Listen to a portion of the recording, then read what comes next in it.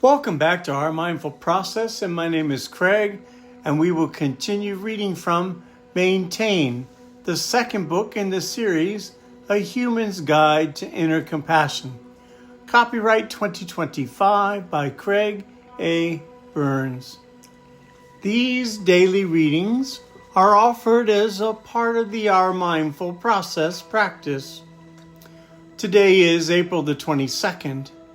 Spending the day experimenting with how our minds work through meditation can be considered a laboratory experience. Scientists believe in observing what is true. In meditation, we must look at the biggest hurdle the mind creates. This takes openness, study, and patience. The greatest stumbling block, a barrier to most of us, is a lack of awareness. We don't know that inside us there is a place of vital worthiness. We can come to this conclusion by reading books and studying, but we understand this more clearly and deeply through our own scientific trials, our sitting practices. Experience tells us that when we have a disease or a wound that needs medical care, we will have symptoms and sometimes pain. This discomfort wakes us up to announce the fact that we need help. In this way, pain becomes our ally. In meditation, our emotional pain is our ally.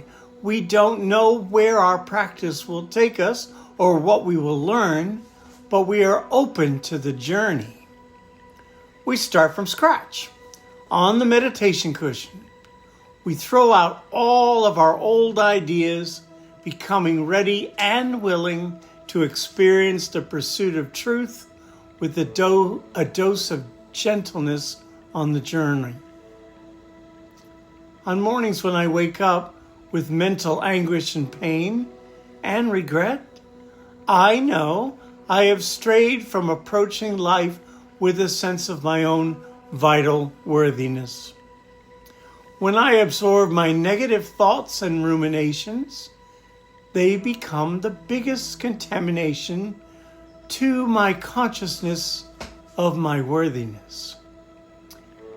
In AA, this is called stinkin' thinking. Becoming aware of this changes the direction of my path for the day.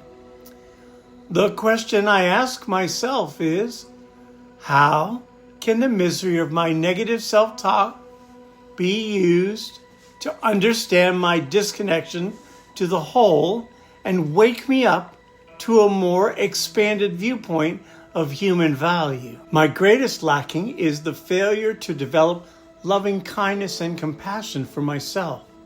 I can be bound up by this for days, sometimes weeks. Sitting with myself through hundreds of experimental trials, I am observing that chronic rumination is the opposite of the peaceful space of meditation. Constantly thinking and judging myself only brings me misery, not kindness, and it fuels my negative emotions. Yes, we are thinking beings. I can recognize my humanness while understanding that compulsively thinking my way into a new way of being is doing more harm than good.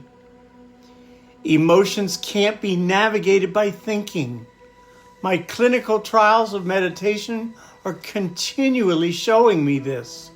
Self-love comes from noticing where I am stuck and using those obstacles to teach me their greatest wisdom.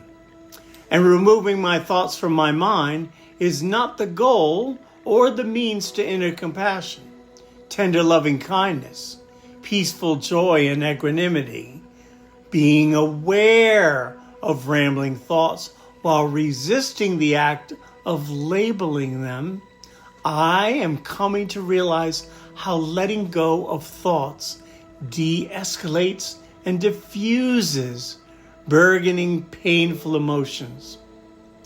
It is when I stop designating what is good or bad, and face the raw emotion itself, that observing it dissolves it. This is one of the reasons that I practice meditation. When I can let go of any form of mental entanglement, when I master detachment in this way, I make a friend of my ego and discover my basic goodness. And when I connect with others from this place of worthiness, I am protecting the joy of human being. I freely give this joy away in order to keep it close. Do you ever wake up with negative thinking about yourself? Do regrets, resentments, or fears pin you down? Just breathe and notice that you are stuck in a self-defeating mental loop. Practice watching those thoughts drift by without labeling them or judging yourself. Breathe. Say your mantra out loud to help you ease out of this mental anguish. Write about your struggle and your meditation in your journal. As always, we appreciate you coming to practice with us. If you're interested in purchasing our book series, you can go to www.ourmindfulprocess.com. We also carry vinyl and embroidered t-shirts to support the marketing of our brand. If you're following us on our YouTube or TikTok channels, please feel free to like us and subscribe. And then share this with someone else. Mindfulness is a process that can change our lives. It is always my pleasure to be of service to my community, and I thank you. As a side note, if you're not sure of the process to practice, please go to January 1st on our channel and look at the first video on how the process of mindfulness works. From there, we 1. Read the reading for the day. For the first 35 days, it is on the instruction of mindfulness itself. Number 2, sit with this meditation, starting with 5 minutes and moving up to 40 minutes over 35 days, adding 1 minute a day. It's that simple. And number 3, at some point in time, please feel free to journal about your experience of the reading and the practice for that day. Have a mindful day, folks.